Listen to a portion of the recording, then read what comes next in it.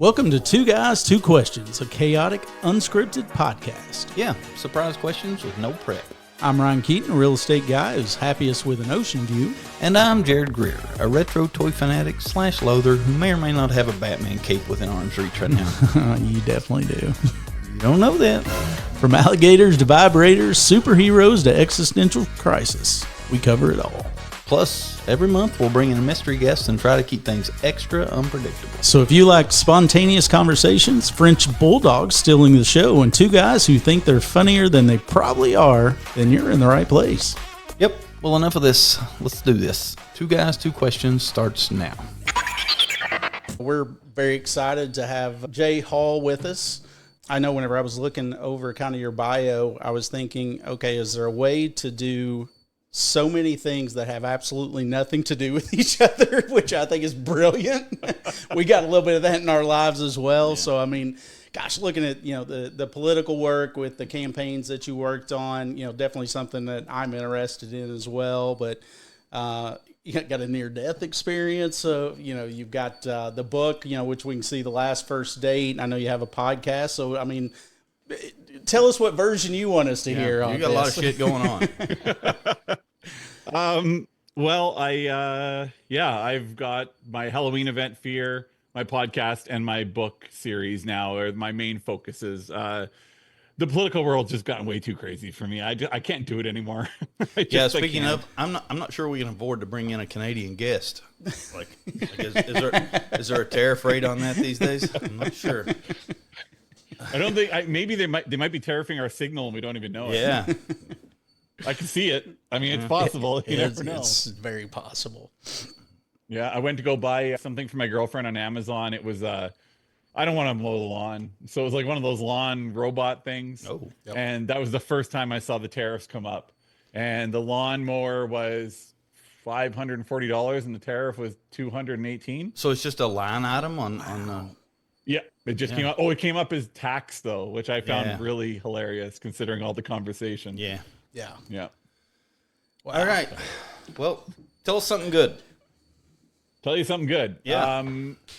My favorite thing to do on earth is to make people shit their pants. Yeah, fair. Okay, gotcha. Love it. So in the spirit of a question, what is your favorite pants shitting method?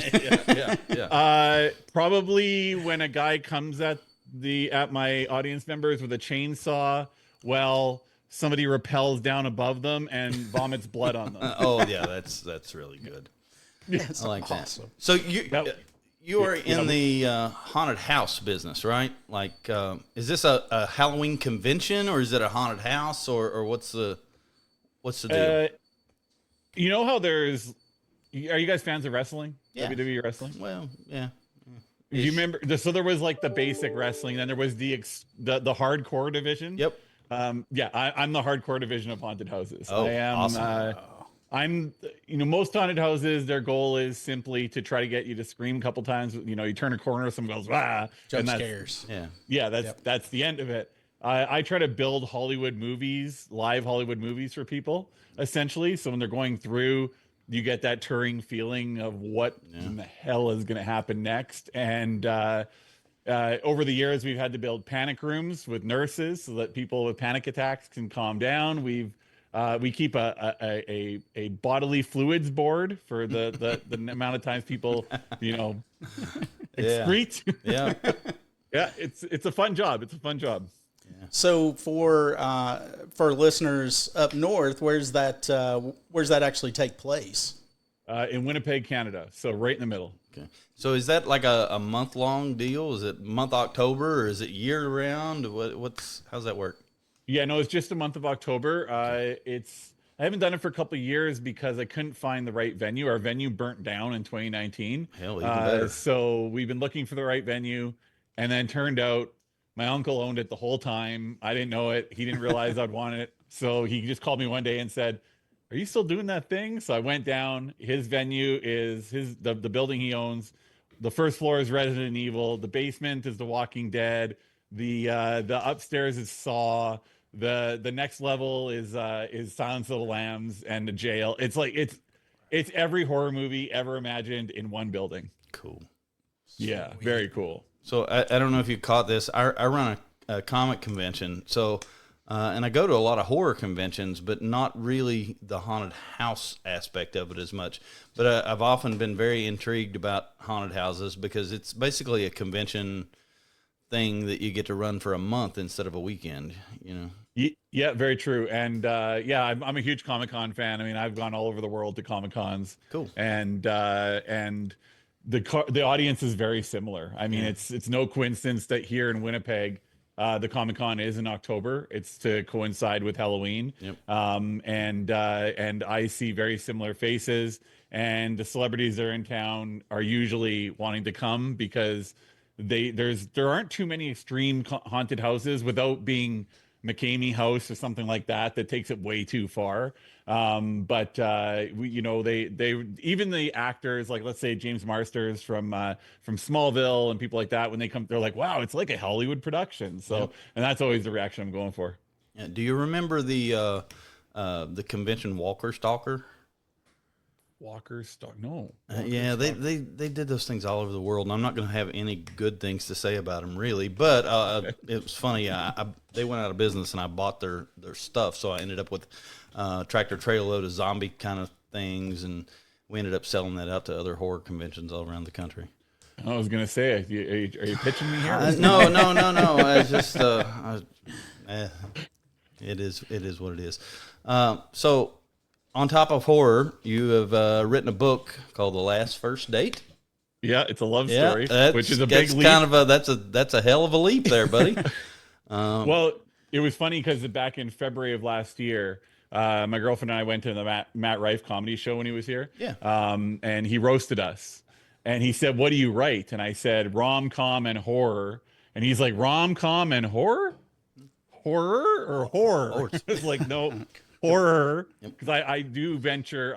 This series will venture into different genres. It's more human condition. It's more about the different types of relationships we have. So relationships with, the next book, Interstellar Funeral, which is a novella, which everybody usually gets when they pick up The Last First Date, is it's more sci-fi. And then I'll go into a bit of horror genre, and it's all about the relationship of like a billionaire with the public, or relationship between two people, or relationship between older people, younger people. That's really what I like to write about, is just complex relationships that go off the rails but seem to find their way back home, kind of thing.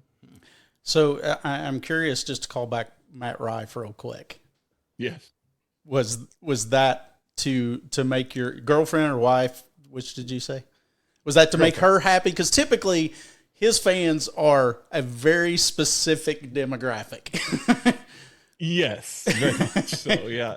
And then you get roasted. It just kind of played into that as well. So that's kind of his thing too, right?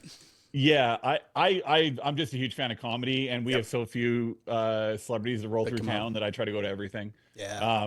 So I don't care if it's, the only comedian I will not go see, and my girlfriend hates it that I won't go see her, is Amy Schumer. Everybody else I'll go see. She's not funny. Like, she's just not funny. I don't know how anybody enjoys her stuff, and my girlfriend and I have constantly had this discussion. Yeah, I think that's probably because we're not supposed to understand it. their comedy. That's fair. And that's something I'll be like, hey, you know what? Amy Schumer's coming to town.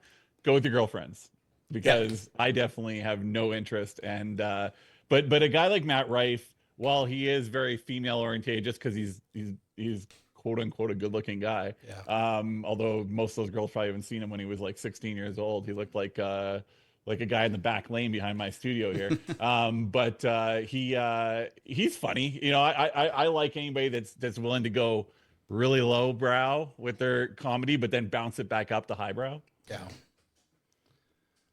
So why is it The Last First Date? Is this tied into your life somehow? No, it's tied to something that so this is based on how I met my girlfriend. This book is fiction, but it's based on how we met. And we were saying, because we're not 18 anymore. Right. Shocking, I know, but we were both saying, like, we don't want to do this anymore. Just sick of the dating apps and dating and all that. And we both and I was living in Las Vegas at the time, and she was living in Winnipeg. And we were both like, "Oh man, if we went on this date, it better be the last first date because one of us is gonna have to travel 1,500 miles to do this." So you And it moved to just kinda Canada stuck. for a girl. Well, I originally was from here, but yeah, Oh, kind okay. of. I mean, I was in Vegas and things were going really well, and except for in that department, because Yeah. I don't know if you guys ever tried to date anybody in Vegas. It's not fun. It's Yeah, I can more. imagine. It's like Deal or No Deal, to be honest. That's what it is. Show up with your suitcase of money and your bank account printed out. But so yeah, I just kind of I had actually swiped on her several times over a couple year period, and she just had no interest in me. And then my friends helped optimize my profile, and I took one last kick at the cat, and of course, I love she playing the matched long with me. game. Yes, Playing the yeah, long yeah. game. Yep. You So know, I'm looking at houses in Vegas, and then she matches with me. I'm like, you got to be kidding me! Like, how does this happen? Well, I tell you, Jay, one of the things that I found interesting, I think I actually kind of plays in. So you had a near-death experience, and it says that, you know, that I guess you were running a medium-sized business entrepreneur, and then you pivoted. So stuff like that kind of fascinates me, and somehow we always end up in the weeds on things that we ask what we think is a simple question, and then next thing you know, it's like, well, Papa liked World War II. You know, so it's just, which is cool, and there's the part, you know, ideally the purpose. So, I mean, to the point that you're comfortable about it, you know, can you kind of talk about that experience and what you were doing, and then pivoting, and how did you do that? You know, because there's a lot of times people are listening, and are like, oh, I would love to do this, but how in the hell do I pull that off to the best Yeah. that you can? So, by the way, the weeds is where all the interesting stories are. Yes. So I'm more than happy to go into the weeds whenever, any day of the week.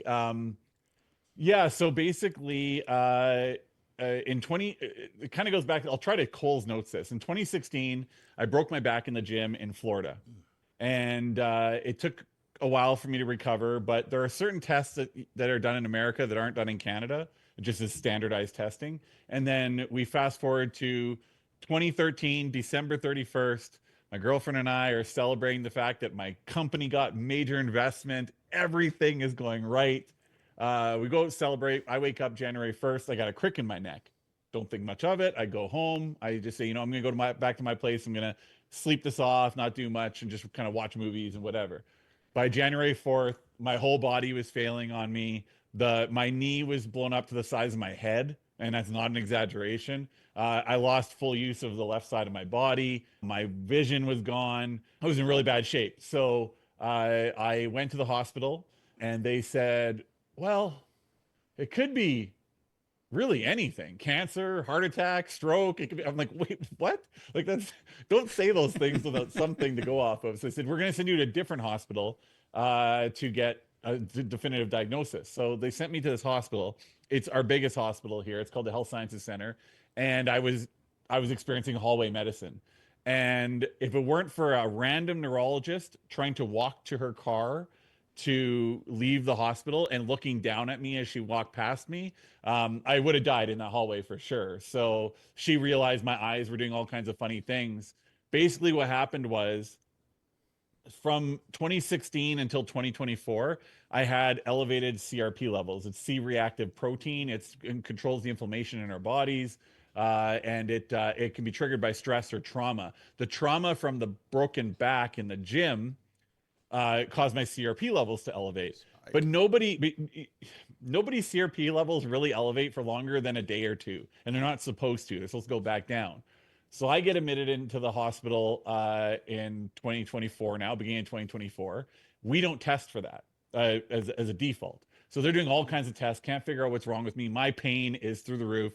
Doctor actually told me that I've been through the most amount of pain that a human body could handle. And then basically what happened was they sent my test results to Mayo Clinic, who tapped into my Canadian and my American testing and realized my CRP level has been elevated for almost 10 years, for 8 years. So once they realized that, then they knew where to look. Then they realized I had a brain infection. So they ended up having to, but they couldn't figure out exactly what was going on. Oh, sorry, they found out an infection. They didn't know it was a brain infection. So they blasted me with every drug, antibiotic imaginable to keep me alive. And then they realized what the actual infection was. But the blasting of the drugs caused me to have a temporary but the most extreme on the level of arthritis, whatever, an we extreme like no level of words. arthritis. So yeah, so I was bedridden for almost 6 months, pretty much, except for if I was on, like, I would do 12 to 25 pills a day, just to be able to walk around. Yeah, so and now I'm December 23rd, 2024, clean bill of health, even though they said it was going to take a lot longer. Wow. So now, what type of business were you doing before? I was in IT. I was running an event ticketing and event management website, which is probably the most, outside of like holding the nuclear codes or something, might be one of the most stressful jobs on the planet, because the problem is it's a very unpredictable pattern of traffic on your website. And like we did, you guys know what Alex Hormozy is? No, I don't think so. No, okay. He's one of the biggest business influencers on the internet. Big deal. He was doing a book launch in Vegas. We worked with him. That was 500,000 people that registered for that event. So live on the spot, you have to make all these different factors have to work together, and several of them you don't have any control over. And something did happen. The internet died. Alex Hormozy on his book launch literally broke the internet. Everyone's looking at me, and I'm like, I don't know. Like I have to debrief my team and figure out what went wrong. And turned out it was actually Amazon that shit the bed. So I'm sitting there going, everything could have been jeopardized just because of Amazon. And that was August 2023 when that happened. And the traffic is just always like this. And there's, and there was Trump rallies that were being run on the website, that people were doing ticketing for on the website, and we're getting hit with DDoS attacks constantly. And it was just like, I didn't sleep. It was a 24/7 job. I would often just at the office, just try to meditate for 15 minutes just to get some kind of rest. Yeah. So, and then from there you pivoted to... Yeah. So basically what happened was, when I got sick, I had to let go of everything because there was no way I could do it. I made sure that my staff and everybody had new jobs and all that. And I knew I wouldn't be able to work. And the doctor literally said, now there are some people that pick wrong here, but you either pick your job or you die. Like, what do you want to do? Do you want to live or die? Job or live? Yeah. So I went, okay, all right. So I pivoted. My goal was to get into another app as soon as I felt better. But the further away I got from that, being sick and trying to recover and doing all these crazy things to try to get better, I realized, oh, wait, I wasn't even happy doing that in the first place. Huh. So then I was like, okay, now what am I going to do with myself? And the pivot I always liked to write, but now I had time to write, which was never really a thing I had in the last, 10 years of my life. So I decided, okay, I'm going to take a chance at that. I really like podcasting. Podcasting, as you guys know, is such a great medium, and you get to have so much fun with, just in a way that you can't in regular life. And you get to have conversations with people you never thought you could. Like, I got to have a conversation with my childhood crush, which was awesome, Eva LaRue. And then as far as the scaring goes, that kind of, I knew I needed to do something with stable income, because writing and podcasting, not so stable all the time. And then my uncle called with the venue, and it all just kind of came together that way. But in terms of how I did it, I would have never done it if I wasn't a good saver, because I didn't work for a year.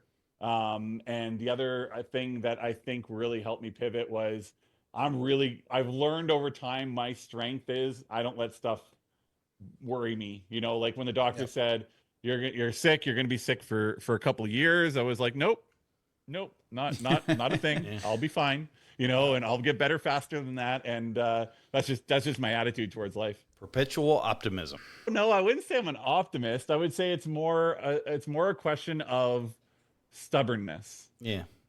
Yeah. If you met my mom and my dad, you would understand. They kind of go together. I come from stubborn stock, for sure. Well, yeah, because I just think that's interesting, because one of the things that we talk, gosh, somehow, some way, it seems like it comes up pretty regularly, but is just chasing joy, and yes. and wanting to do better about not chasing the money, chasing the dollar. And hopefully not getting yourself to the extreme like you did, to where your body just said, here you go, big guy, you're going to deal with this way, or you're going to let it kill you. So, I mean, it was most people wouldn't get smacked in the face quite that hard, but I think a lot of people want to have the opportunity to do those kind of things. And it's just a matter of how do you put yourself in a position or just make the decision, I guess. Yeah, see, I'm in a weird position right now because I have almost always been single. And I mean, I've had relationships. I wasn't an incel or anything, but I have always been single for long periods of time, and it's always just been me. So, I've just been a nomad most of my life. I didn't like having an address. I mean, if I got up on Friday morning, I was like, I want to go have pizza in Chicago. I'm going to have pizza in Chicago. I'll just figure out a way to make that work. So I've always been chasing my joy, but now I've got my girlfriend in my life. She has 2 kids. My mom's 70th birthday is this month. So, she's getting older. She has other needs that weren't there before.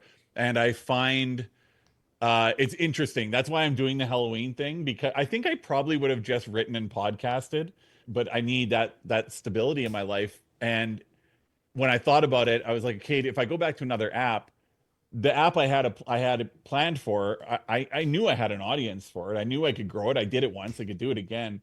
But I wouldn't be happy. Yeah. So yeah, chasing joy and my podcast Better is really all about how people do better in their lives. And I've had people, oh man, I've had people that have fought addictions, prostitution. I've had people that have been wrongfully convicted for 16 years in jail come out to become lawyers and get other people who are wrongfully convicted, out of jail. And the one common thread is anybody that comes on my show who says, I really feel like I'm in a good place, you can see it.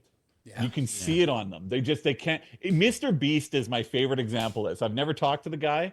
That guy can't help but smile. Yeah. He's always smiling. Even when somebody's giving him shit, he's just smiling because his life is so good. He's just chases joy all the time. And it's funny you say that, because one of the things for me was that we just recently, the Beast Games that was on Prime.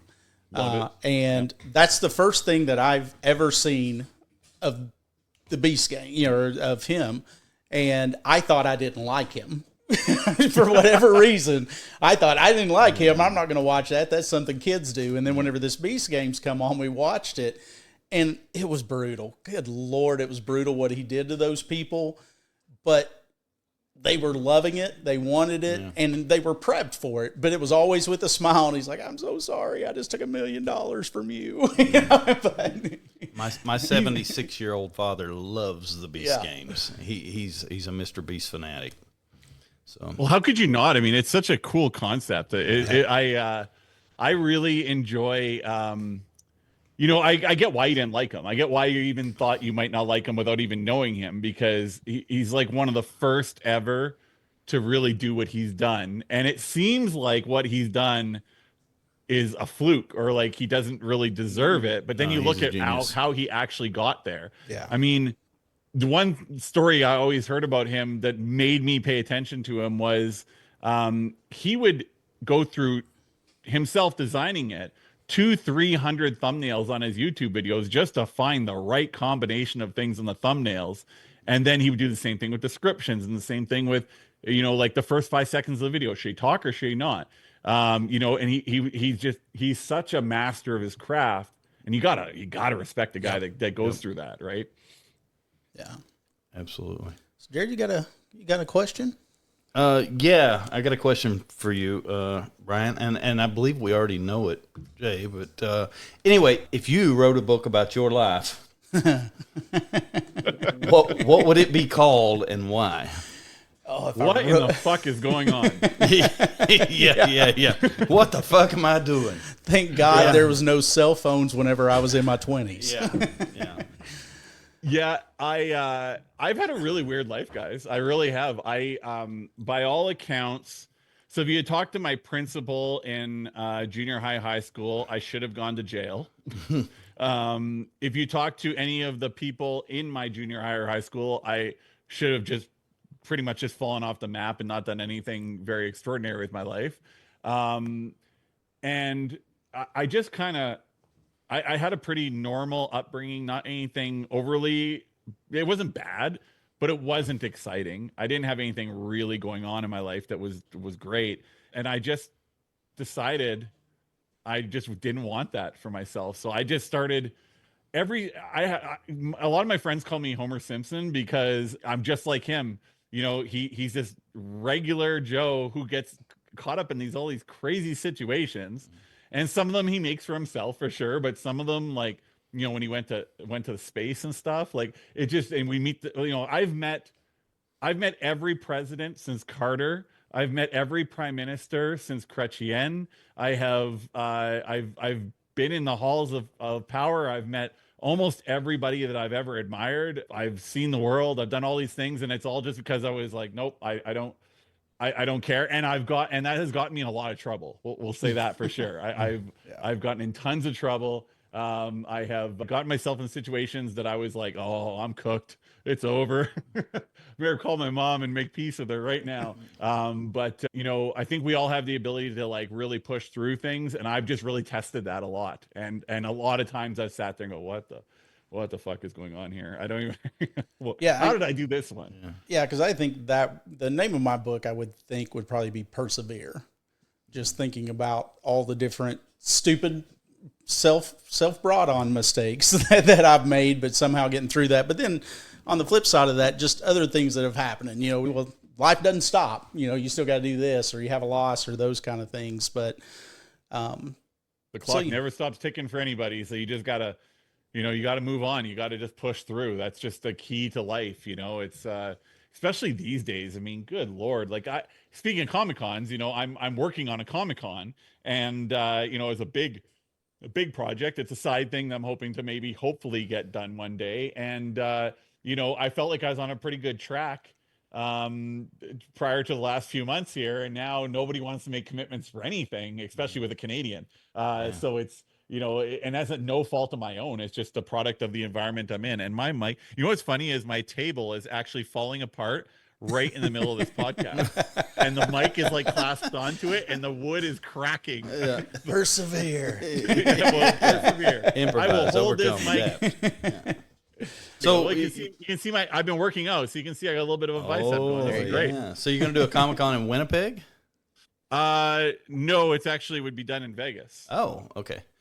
Man, it would be tough town. You might make it with the virtual thing. Like, so many people have tried cons in Vegas, and it's just one of those towns, like, it's like Atlantic City. People don't go there to do things like a comic convention, you know. And there's nobody's from Vegas. I mean, you know, I guess there is a huge population of you know, service industry people or whatever, but it just don't. Lots of people that have had really good event promotion shops have tried Vegas and not really made it work. So how long were you in Vegas? Yeah.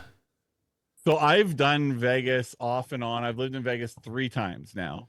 And the funny thing is that so the first time I lived there, I came back to Canada because of an opportunity here. And the second time was because I got that was when Trump got rid of the H-1B visas. So I had to leave then. And then this third time was because I met my girlfriend. So I spent a combination of you were getting deported anyway. Yeah. I mean, that was just going to happen. So I might as well just move quicker, right? Might as well just that was coming. Just go yourself, self-deport. Yeah, just be proactive. I think about 10 years of my life pretty much living in Vegas, or at least, you know, very extended stays. Like I was, people always laughed at me because when I was 24, I'm going down to Vegas for the winter, and they're like, "You're a snowbird? That's reserved for like 70s and 80-year-olds. What are you doing?" And I'm like, "Do you like winter? Like, I don't like shoveling. I want nothing to do with this, so I'm out of here." You know. Yeah. So, but I love that town, and yeah, I mean, I could see why it's hard to do cons in Vegas. This concept would be 400 people live and unlimited virtual. That could work. And that could definitely work. It's a very unique setup, this studio I'm working with. So we could do something. The thing I like about it is, like, I've worked on cons before, and there's really not a lot of fresh concepts. So during COVID, a guy named Mike Broder that runs GalaxyCon, yes, they do several cities. During COVID, Mike built out a whole platform for virtual conventions. And, you know, he and I talked a lot, and I mean, we pivoted to selling stuff we had. We had thousands and thousands of autographs and things like that, and we pivoted to online sales of that stuff during COVID. Mike pivoted to those virtual conventions, which was a lot more work than I was willing to put in through COVID, I guess. But he built out a full platform to do that. And man, they had guests, 4 or 5 times a week. They'd have a guest on where they'd just use basically like a Zoom type interface. People would buy a ticket to get into the Zoom thing for the panel, and then they'd get their autograph mailed to them. It was a pretty cool little deal, and he made a lot of money through COVID doing that. Yeah. See, this studio brings, what's the best way to explain it? This studio brings real high level DC Marvel style production together with an online event. Yeah. So when you go into the studio, it's called Warre Studios. If anybody ever wants to look at it, WORRE. They've got 360 degree 32K Unreal Engine powered screens in the studio. They got full camera cranes and the whole nine. They've got 250 computers that are controlling and moderating the rooms.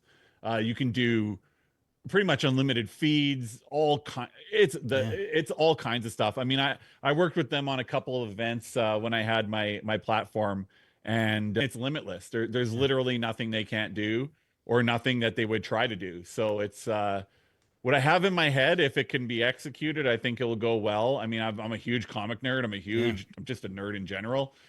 So I would be very excited to do it, but we'll see. It's going to have to wait until after the economy settles. Whatever works.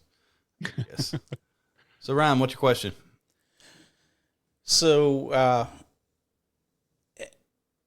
there's been 2 different situations that's kind of popped up on me that has kind of stopped me. And they're 2 very weird things that I kind of was seeing that happened. Well, 2 different, very specific things. One of them was a comedy. So I was watching, I don't know if you all have ever watched The Good Place. But anyway, it was a pretty good little comedy. We're in like 9 seasons or whatever. And then the other one was a documentary about another movie star, Richard Collis or something, that basically was hurting, he basically ended up being a turd. He was basically violating little girls. But Seventh Heaven, he was the dad on Seventh Heaven, which was a hugely famous show as well. But the situations that occurred on it was that, for one, once it came out on about the things from Seventh Heaven and that guy doing that, it essentially, he got canceled. Show got canceled, pulled off syndication, does all these things. And one of the things they were talking about was the unintended side effects of that, right? Should it have been canceled? Yes. Everybody you got this freaking show. turd, but you had 12 other people that were on there that were just starting out. They were great people, but they lost all of that syndication income as well. And this was also kind of summed up a little bit differently within The Good Place, where I am so curious as to where this is going. Yeah. Me too. Fuck. So on The Good Place, one of the things that happened was that nobody was getting into The Good Place. Okay. And the reason being is that the world had become so freaking complicated that if you buy an apple, you're getting negative points in this little theoretical thing. But it actually got me to thinking was that, well, okay, you bought an apple and you got an organic apple because you thought that was the right thing to do. But the problem is that 3 lines back that you didn't understand that there was some little kid that was 7 years old that was being forced to go out there and pick that apple to be able to get that. And then then it was talking about clothing or just different things that you can do in life to where no matter what you're doing, somebody is getting hurt. Wearing a diamond ring, right? That's being pulled out of that. So the question is just, how do you get around, or how do we, are people even thinking about the shrapnel, like the cancel shrapnel, because now we're in a cancel culture. Everybody gets canceled for every little thing that they say or whatever. And then, but the unintentional side effects of that is everybody that is on the peripheral that had nothing to do with it. Fix that problem for us, Jay. Well, I've actually been canceled before, so I have a little experience with this. Okay. So in 2016, before I broke, this is right before I broke my back. I was convinced by our prime minister and several people in politics to come out from the behind the scenes and to run as an MLA provincially and eventually run in the federal election. And I said, "Are you guys shitting me?" I ran nightclubs. I wrote a book that was pretty much all about sex. I have been a serial dater. I was like, there's a lot of things that the media could. I hosted a late night talk show where one of our best received jokes was about cum on the lips. So I was like, I don't think this is a good idea. That makes it tough. Yeah. So, but I was reassured that if they came after me, they'd be coming after the whole party and blah blah blah. And this is my end of party politics, by the way, right here. So I said, okay, because they told me, because I had 3 issues that I wanted to deal with, and they told me that they would make those 3 issues a priority. So I said, okay, I will try this. It lasted 24 hours. I ended up resigning my the old college try. It started with a real big bang. I mean, everyone was really excited, and then some tweets, of course. Yeah. This is like Shane Gillis's SNL career. They were related to my late night talk show, or they were excerpts from the book. A book that I had written that's terrible, by the way, so I'm not even going to name it, but there were some funny parts in it. So they came up, and basically the rival party, they took the context out to make it look like it was just me saying it, not like it was excerpts from the show or the book. And the media had already run with the narrative that I was a misogynist. Yeah. So even when I came out in front of, like, I went to the Parliament building, and basically the Parliament building, we'll call it the Parliament building because you guys won't know what I'm talking about otherwise. Yeah. And there were hundreds of media there, and I got in front of the lights, and I said to them, I held up and I said, this is fiction. Not one reported on it. They kept the narrative going. And I ended up, that's what caused me to move to the States, where I broke my back, was because I just got sick and tired of dealing with it. They're going after my mom and everything. So having that experience with cancel culture, and now in hindsight, when I see people that were cursing me on the news, they now say, I'm so sorry. I can't believe I did that. How do we fix that? How do we fix it? So the question is, with cancel culture and everything, how do we fix where we're ultimately end up doing bad when we're trying to do good? Is that the question? Yeah, because I just don't, I can't quite wrap my head around what the solution is. Obviously the solution is be better damn informed, and before that happens. But the reality is that's not, we're in a fake news society at this point. Yeah, well, I would say if everybody worked to be informed and to control that which they could, then we would be fine. Yeah. If everybody worked from an ethical code where they said, okay, around me, I have, what you were talking, let's say that diamond ring, is the store checking to make sure it's ethical? Is all that, right? And then you go down to who pulls the diamonds. Okay, are they ethical? Who's funding it? Are they ethical, right? If everybody's trying to be ethical along the line, everybody's taking care of their own thing, but then you're relying on everybody to have morals, then everything would be okay. We would solve that problem. The problem is I think, at least this is what I've kind of experienced in my life being around a lot of politicians, is we are an addictive species. In our province right now, we're dealing with there's certain members of the population that are more addicted to alcohol than others, or the smell of certain things, or meth, or there's all these different things happening in our community. Some people aren't affected, some people are.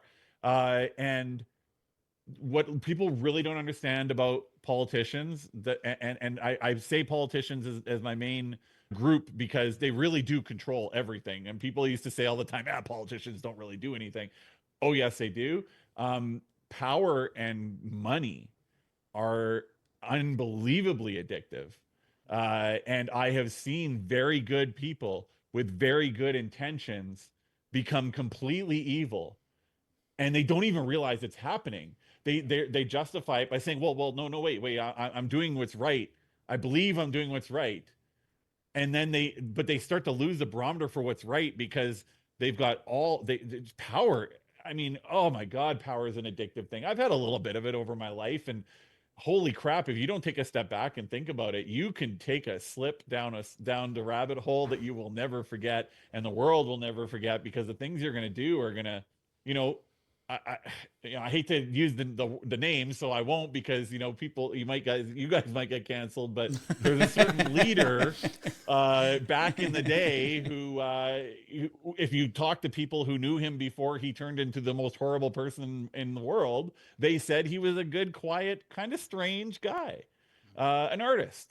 Yeah. And he ended up being one of the worst people to ever live. So, whether that was baked into him or whether that was because power is so addictive that you need more and more and more. It's kind of like somebody gets addicted to meth or something. I think that's probably our biggest evil in the world, and we need to figure out how to get at our addictions and our mental dependencies on the things that we enjoy, to the point where we can enjoy them without becoming slaves. That was a long-winded answer. Yeah. So doing some events, I'm sure you've run across this 20 times throughout the 10 or, well, I guess we've been doing this 13 or 14 years now. I have booked a celebrity guest, and I have then went on the internet and announced said celebrity guest. And the first 14 comments are, that guy is a scumbag because he did this thing 27 years ago, or he beat up his girlfriend once, or he did this. Yeah. To the point where I actually own the domain name. I've never done anything with it, but I actually own the domain name internetoutragemeter.com because I wanted to build a search feature where you could go type in someone's name and it say, well, this person is an asshole because of this, Yeah. That way, when I'm booking a celebrity, I don't have to do an FBI background check on them to be sure nobody's going to say they're a douchebag, which happens almost every time. They're either famous enough to have made enemies, or they're not famous enough to make the Comic-Con people happy. So you can't make the internet happy. But Ryan, to answer your question directly from my standpoint, is you don't have to do any of that bullshit, because as a human, if you are making what you believe to be the right decision and doing right by the people in your life or the people that you directly affect, that's your only method. That's your only metric. Yeah. I can be really, if you and I are interacting, I'm going to treat you the way I would expect to be treated myself. And if I don't know that you go home and beat your kid every night, I'm still going to treat you right. If I find out you're beating your kid every night, I'm probably going to have a discussion with you about it. I'm going to write you a strongly worded email and tell you I shouldn't have been nice to you. But the only metric is that you're doing right by the people in your orbit. I could have easily been a very horrible person, and I to some degree I look back on myself and I go, yeah, I don't know if I was such a good person there. I worked in nightclubs for a long time, and one day I woke up and I was just sweating. And I had this knot in my stomach and I couldn't figure out what it was. And I went to the club that night and I was sitting there and I just had such resentment towards being there and the people. And I was glad handing with people that I just hated. And I was like, God, I'm like, what is going on with me? And I got home that same night, and now I'm up. I can't sleep. I've got this knot and I can't figure it out. And then I realized, I don't know how it hit me, but it just kind of came out of nowhere, almost like in Jerry Maguire with the mission statement, where I was officially not okay with the things that I was told to be okay with my whole life, constantly lying. The nightclub industry is built on lies, little lies like, oh yeah, we're packed, you should totally come, to big lies like, here, cop, here is the envelope full of cash so that you don't write us up or shut us down. I was digging girls out of dumpsters. I've been at the scenes of more shootings, stabbings, and beatings than I can count. Literally, I've tried to count it and I couldn't think of how many it was. I knew of a guy that everybody just called the Roofie King of Winnipeg. And everybody was like, yeah, well, whatever. He makes a lot of money for the clubs. And then that's kind of where my betterment journey started myself, was I was like, all these decisions, I can move this way and be a better person, or I can move this way and become even worse. So I started consciously, even when I didn't come naturally, I kept forcing myself in this direction, and all of a sudden it did become natural for me to make decisions that were good for me and for the people around me. And you couldn't pay me $1 million a day to get back into nightclubs. It's an absolutely horrendous. Even the good people a bunch of the good people I knew were horrible. So I've told them to their faces. So if they see this podcast, they know I'm talking about them. Yeah. So at what point do you get redemption for all that? How many attaboys do you have to get to make up for one aw shit? Oh, geez. Well, for yourself, it has to be when you can, for me, I can tell you it was when I met my girlfriend. Yeah. The reason why I say that is because she's an honest to God good person. I mean, this is like, I'm pretty sure I'm going to test it out this summer. I'm pretty sure she would be upset if she killed a mosquito. Like, she is a really good person. Yeah. And I would have never in a million years been able to date her when I was who I was.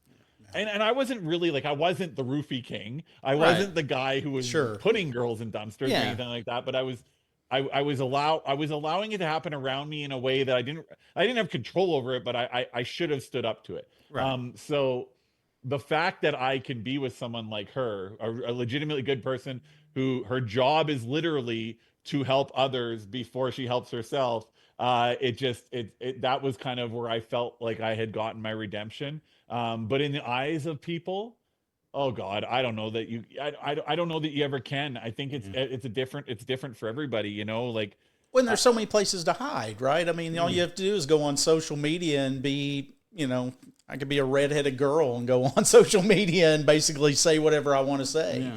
It's, you know, there's too many avenues for those kind of things. Well, and this whole idea of the fact that there could be two sides to the truth, is just it's so terrible. You know, like I you know, like when I had my scandal, right? You know, they said to me, why would you say this thing about, so the line is basically what happens in the book is the main character is an alcoholic who's dating this woman who's a real estate agent, but he finds out that she's a hooker the night before she gets this award for real estate. So she's getting her award, she's on stage, he gets super blotto, stands up on a table and says, you know, and he's like super drunk, and he's like, if a whore screams in the bedroom and no one's around to hear it, is she a whore? And then he falls, hits his head, and passes out, right? And so someone's like, why would you ever say that? And I was like, but I didn't. It was my character. It's a fictional character. Yeah, a fictional character. Like, I don't know what you're saying to me right now, but they and I know that they were going around to people saying, even after I told them that, even after I showed it to them, I literally opened up the draft that I had with that in it. I'm like, look, it's on the page. The pages are old. They're so old and sun-kissed that like this has to be real kind of thing. And they did not want to hear the truth. It didn't feed their narrative. It didn't feed their, like you said, the other side of the truth. It's like, well, you didn't really say it, but you wrote it. So you must believe it, right? And you know, and when some people said that to me, I was like, but here's the thing. The main character is an alcoholic, and I literally have had 2 sips of alcohol in my entire life, and they're both by accident. Me either. What? Me either. Yeah, no. Yeah. There's a lot, you know, it's just people, you know, I have a very difficult time with people.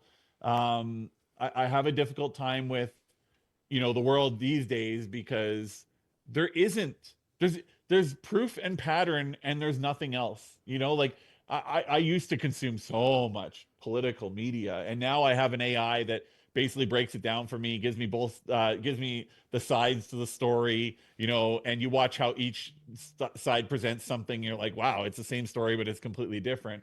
And I got out of the speculative stuff. Like, you know, there's a speculation that in the US, your GDP is going to fall like 3%, you know, for the first quarter of the year. I don't care. That's speculation. Where is the actual number? Yeah. You know, I think a lot of people have gotten caught up in the speculation, like what could happen or what might have happened, or, ooh, I wonder what happened on that phone call. That's You all know, the and I'm like, that's all the news is now is speculation. It's this thing Yeah. happened, so we're going to talk for the next 48 hours about what could happen because of that thing. well, and 24-hour news is just Yeah. like, Yeah, it's a lot. why? Well, are we- but it's not news anymore. It's beyond news now. It's entertainment. Now it is just how do I drive viewership and make more money, and that's all through creating stories and creating a narrative. You know, it's not nobody's telling the truth anymore. You know, it's that those days are gone. Or I guess there's somebody out there, but their voice isn't loud. They don't have enough money behind it to get it out there. Well, and it's funny too, because you know, like when I wrote The Last First Date, there's a lot of lessons in the book. So the book's largely about how these two people had to grow to come together. And it's the characters of Beck and Sienna, largely based on myself and Shauna. But I was really taking a lot of my political frustration out through this book, but in the form of a relationship. Because I always said to people, you know, I was like, if somebody you kind of knew, like let's say you had a coworker at work you've talked to a few times, he came up to you and said, dude, your girlfriend's cheating on you. Would you be like, oh my God, I gotta go break up with her right now? Or would you be like, can you show me some proof? Like, Yeah. I can't just take your word for it, right? Yeah. And it seems like everybody is constantly just like, oh, I gotta go break up with her right now then. Yep. You know, and I find that deeply frustrating, especially I have a science degree in microbiology that I got through COVID. It's not as impressive as it sounds. Like it's a remote course and everything, and it was a fundamentals course, but you know, it really did harden the fact for me that I don't even want to hear it. If you're telling me something and you don't have proof, or at least an extended pattern to show me that this is something that happened, you know, because if you say something happened once or twice, maybe, but if a bunch of people are telling me that 14 times this person stole money from them, I'm probably not going to lend them $1, right? Yeah. So I'm a big believer in proof. I refuse to listen to anything without it. Well, shit. Yeah. What else you got? What? So I'm thinking back to a question that Jarrod and I has covered, but considering your kind of uniqueness of being in the political realm and everything you just talked about, what the question is, if you could put out a poll that people had to respond to, what would be the one question that you would want to know? And they had to be honest. So in other words, you're going to get real actionable information that you can use, not something that, you know, is to be spun. Wow. That's That's huge tough, question. isn't it? Yeah. Yeah, that's a tough one. One question to ask everybody had to answer on a poll. A political poll or just a poll in general? doesn't matter. Just as a poll. So, I mean, to give you an idea of what the direction I went personally, the way I'd answer this is, why do people hate?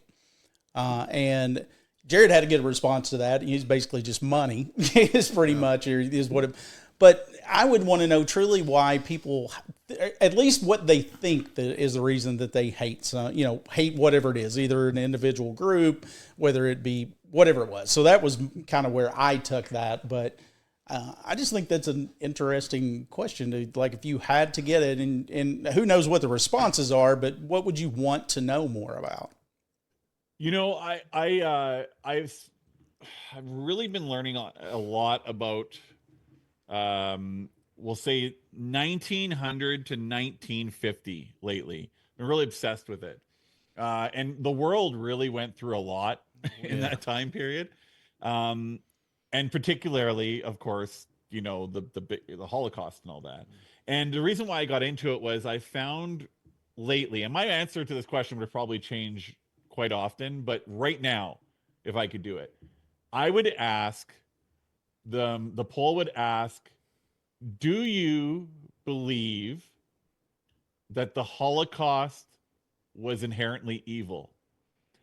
And I'll tell you why that would be my question. Because Holocaust denial is way up. I was at an event 2 summers ago where a 98-year-old Holocaust survivor in her wheelchair, she told the story about they dragged her nail, she broke all her nails, pulling on the ground as they dragged her by her legs into the gas chamber. and they closed the gas chamber, and she was like, that's it, this is it. And she's sitting there, and she's 14 years old, I think, 13, 14 years old, and she's bawling her eyes out, and all of a sudden all she hears is just gunshot from everywhere. That's when the Allied forces had taken down the Nazis. And a British soldier opened up that gas chamber and got her out. And I remember as she told the story, I had a visceral reaction in my body. And the guy next to me was literally, I happened to glance over, I'm looking at him while he's texting. He's like, some old lady saying some bullshit about how the Germans were wrong in the World War. I was like, are you kidding? Like, I could. And then, so then I really, that's when I started down this journey, and I realized there are a lot of people out there that believe that, first of all, Hitler was a good guy. Second of all, that the Holocaust wasn't real or wasn't as bad as people say, or that the people that were killed in that deserved it. And I think what their answer to that question is, do they understand evil? Do they understand how to digest information? Do they understand what evidence looks like? Do they, like, there's so many questions answered with that one question. And it would also tell me whether I would be able to even interact with this I was going to say, could you even sit in a room with them? It's like that. I did. I mean, I did, right? Yeah. I was right next to this guy who... But that's why it was a world war, because there were two different viewpoints. Yeah, you know, and I mean, I'm not saying one of them wasn't a bunch of assholes, but there were definitely opposing viewpoints, or there wouldn't have been a fucking war. Yeah, and you know, like I've said, you know, like this whole thing with, I've pissed off a lot of Canadians, guys, because I see part of what America is saying right now with the Canada-US stuff. Now, not enough to be like 51st state and governor and all that bullshit, but I see enough. We did not fulfill our military spending that we were supposed to, that we agreed to, and we didn't do it. The fentanyl stuff is bullshit, but I know that we're not pure as the undriven snow outside right now, and neither is America. And I do know that there were things happening on both sides that caused what happened. But just like every war, there is the opportunity for proportional response, and there's one party that goes way overboard. And you can no longer say that these are the good people if they are just continually killing, even though they've already won. Yeah, that's the crazy part. So I don't know that. I think that would be my question. That would definitely be my question. Now that I think about it, 100%. That's cool. Good question. What you got, Jarrod? Fuck, me and you beat this to death. Like. Yeah, I think that's a good question. I don't know what the hell there is to deny.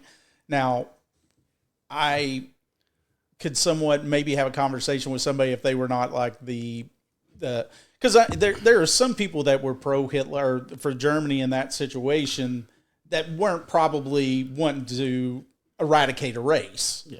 You know, but they were just pro Germany or whatever, but.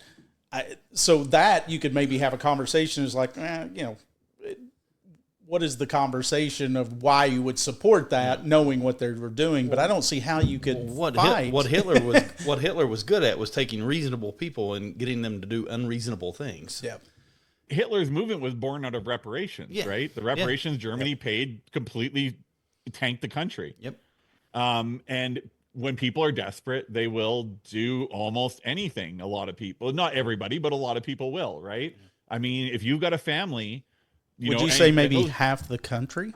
What's that? Yeah, you know, desperation it's a crazy, it's the impetus to power, right? Power can be so addictive and make people do things.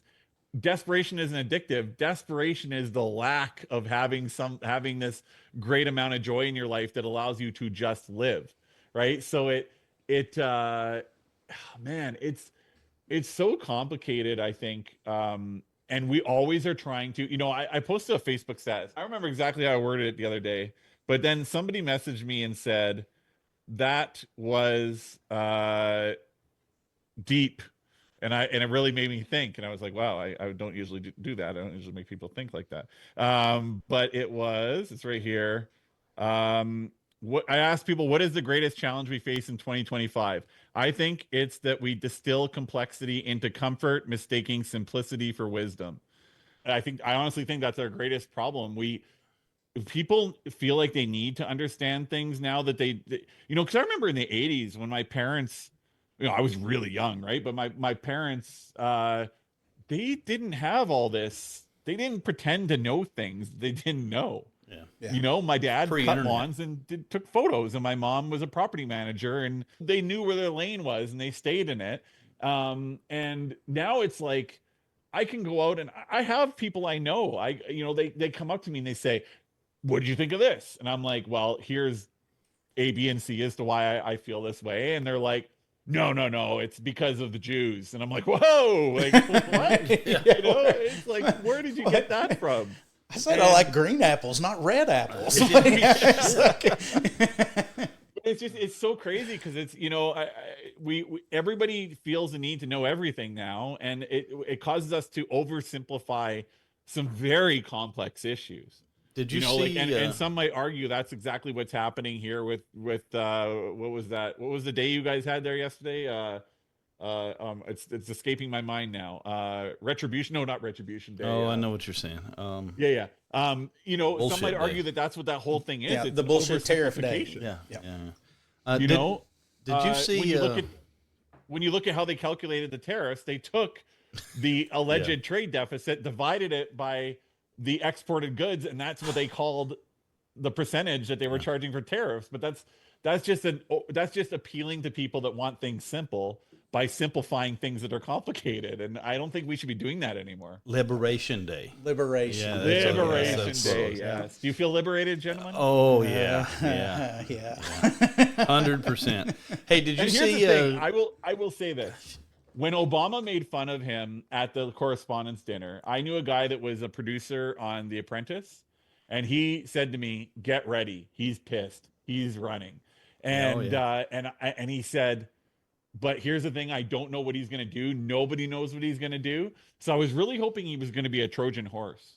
I had a lot of hope for Donald Trump in the beginning because I was like, if you watch his life, he's two very different people. You just never know which one you're going to get. And then he got in, and he's a Trojan horse for the billionaires. Yeah. But the guardrails fairly held, right? Yeah. And, first time. And then, Sleepy Joe got in, and he was very normal, very boring, and you can make a lot of cases as to why he wasn't or was a good president. But the thing that Canadians really liked about Joe is the same thing we like about this new guy, Mark Carney. They're so boring. That's what I want my president. Yeah. I want my president to come out and smile and have good hair. Yeah. And then move on. And be able to form sentences that somebody with a university education might actually be able to relate to. And I say that just because I feel like I'm talking to a kid whenever I'm watching something like that speech yesterday. I was like, this is the most financially and just general illiterate speech I've ever heard in my life from a person that should be able to form sentences. So I when I look at everything going on and where the world's at, it's kind of why I wrote this book, to be honest, because it was escapism for me from everything that's going on. And I don't know why that I carry it all the time. And I'm constantly thinking, my girlfriend, she's so sick of hearing about politics. And I try my best not to talk about it, but this shit weighs on me all the time. So the book was escapism for me, for sure. Yeah, I definitely have to turn the news off a lot. I go to my dad's house and I just go turn his TV off sometimes. So. Yeah, I've tried to pretty much move away from that. The other thing too is social media. I moved all of my social media on my phone to like a second page, and it's insane just moving that over. So I mean, I still get on Facebook or something from time to time, but just moving it to my second page to where I don't see the alerts, I don't see the little red things. My phone usage went down by like almost 45%. Wow. And I did nothing else but move that over. Good for you, man. That's awesome. I created vent accounts So just, nobody even follows me, but I just go and I just do like a tweet storm or an excretion storm, and I call it a day. That's it. And it gets it out of my system. I'm done. Yeah. Cause I need to get it out, and otherwise it would be the people in my life that would have to hear it, and they don't want to hear it. Everybody's so sick of all this drama, and like everybody's burnt out. And, that's why I did the podcast I did. Cause I was like, well, I want to do something that has a little bit of good news to it, allows people to go, yeah, maybe I could do better, so that's every the book, the podcast is personal therapy for me, to be honest. The book was escapism and fear. I mean, it's got to be a little hard it's gonna be interesting to scaring people in this climate. But I'm hoping that for them, make them sign a fucking waiver before you. Oh no, don't worry. They sign a waiver. They do a video where they hold up a card and they say what's on the card. He's gonna have the American flag room. Yeah. Oh, I saw a video there that you guys have to search it up. It's a Republican haunted house. It's so funny. I'll send it to you after the show. It's amazing. Whoever put together is great. But yeah, I'm just hoping that the Halloween event can be a little bit of escapism for people as well, because I think that that's a valuable commodity these days, is the ability to just for a few hours shut off your brain and enjoy life. Yeah. Awesome. All right. Anything else? Anybody got anything else they want to talk about? No, man, Jay, I just want to thank you, man, for taking some time to come on here and hang out with us on our very extremely structured podcast here. But greatly appreciated. Well, my mic is now fully erect and ready to go. So I guess that's it. Only took us an hour to get you there. We got to do better, man. We got to learn a little better technique. Do better. Yep. Yeah. It's good. It was a good discussion. I had a good time, and I'll just I want to plug my book, Last First Date. So if you guys get a chance, if you want a little escapism in your life, a little good news, this is the book you'll want to read. Yep. Perfect. Where are you distributing that through, ideally?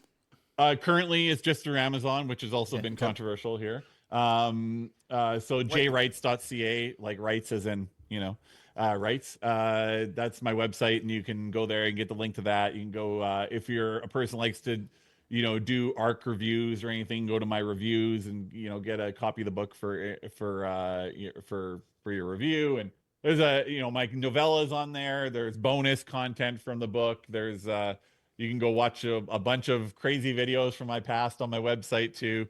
There's a whole lot of stuff there. So but it's through Amazon, because ironically, even though it's Canada first up here, you can't get a Canadian bookstore to stock your book if you're a Canadian author right now to save your life. Yeah. So I don't know. Fair enough. All right, buddy. Well, it was great having you on. Appreciate it. And we will talk to you again sometime. All right. Thanks, gentlemen. Thanks, Jay. Bye-bye. And just like that, another episode of Two Guys, Two Questions is in the books. We laughed, we learned. Well, we mostly just laughed. Yeah, and if you made it this far, congratulations. You now have random knowledge you never asked for. You're welcome. Don't forget to follow, subscribe, and leave a 5-star review. Or don't, but just know if you don't, we're bringing back the squeaky toys. Oh, it's coming back either way. Until next time, same two guys, two questions, and absolutely no idea what we're doing. Perfect.